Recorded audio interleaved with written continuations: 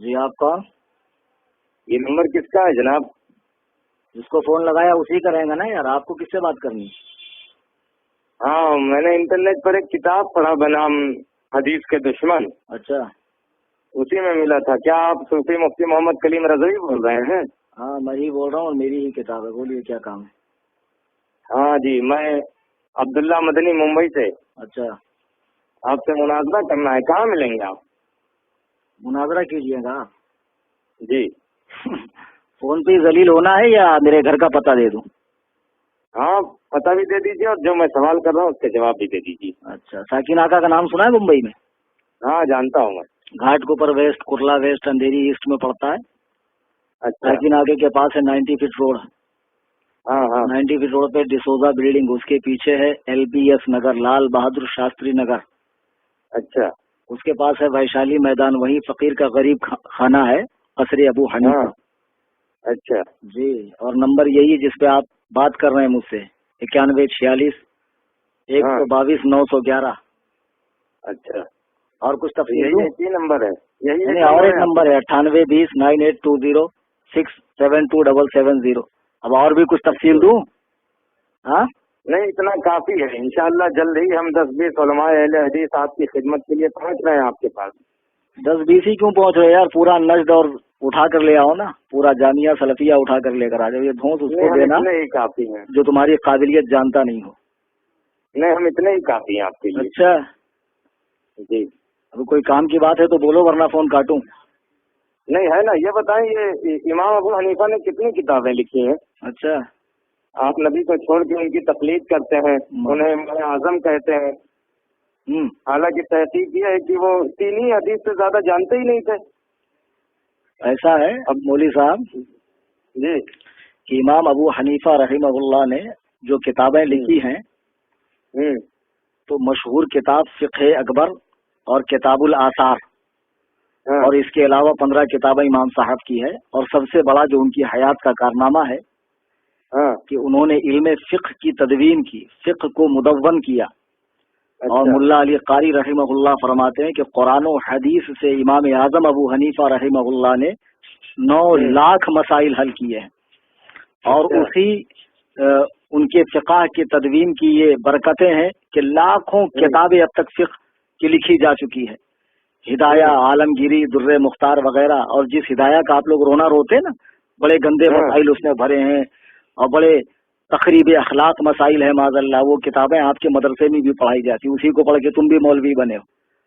نہیں، میں بتا رہا ہوں تم کو، تم لوگ کتنے بڑے مکار ہو کہ تم چاہتے ہو کہ فقہ حنفی کو ملک سے نکال دیا جائے۔ پہلے اپنے مدرسے سے تو نکالو یار، اس کو پڑھے بغیر تو تم لوگ مولانا بھی نہیں بن سکتے ہو۔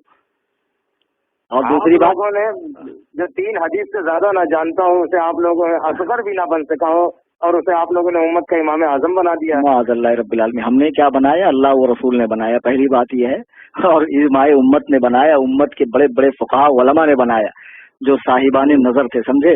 اور دوسری بات، 3 حدیث کی جو بات تم کر رہے ہو نا، یہ تمہارا امام اعظم سے حسد ہے، ورنہ اب تک تو تمہارے مولوی بولتے تھے کہ 17 حدیث جانتے ہیں، اور اب تم کہہ رہے ہو کہ تحقیق یہ ہے کہ 3 حدیث جانتے تھے۔ کون جاہل تحقیق کیا بے؟ کس جاہل کی یہ تحقیق ہے کہ امام اعظم 3 حدیث جانتے تھے؟ تاریخ پڑھی ہے؟ سیرت کا مطالعہ کیا ان کی؟ ہمارا چھوڑو، علماء احناف کا علامہ حافظ ابن عبد البر مالکی رحمہ اللہ نے 10 جلدوں میں امام اعظم کی شان میں ایک کتاب لکھی ہے، مالکی مذہب سے تعلق رکھتے ہیں۔ اس میں وہ لکھتے ہیں کہ امام اعظم نے بوقت وفات، سن رہے ہیں مولوی صاحب؟ جی جی سن رہا ہوں، آپ بتائیں۔ بوقت وفات اپنے بیٹے کو بلا کر کہا، بیٹا مجھے 5 لاکھ حدیثیں یاد ہیں، اس میں سے میں تمہیں 5 حدیثوں کے ذریعے نصیحت کر رہا ہوں۔ تو امام اعظم تو خود کہہ رہے ہیں کہ مجھے 5 لاکھ حدیثیں یاد ہیں، اور میں اس میں سے تمہیں 5 باتوں کی نصیحت کر رہا ہوں۔ تو جو زمانہ خیر القرون میں ہو، جسے شرف تابعیت نصیب ہو، جس نے 70 صحابہ کی زیارت کی ہو، صحابہ سے حدیثیں جس نے روایت کی ہو، تو تم اس کے بارے میں کہتے ہو 3 حدیث جانتے ہو؟ تم کتنی حدیث جانتے ہو بے؟ نہیں جناب من، آپ لوگ صحیح حدیث کے ہوتے ہوئے بھی قول امام پر عمل کیوں کرتے ہیں بھائی؟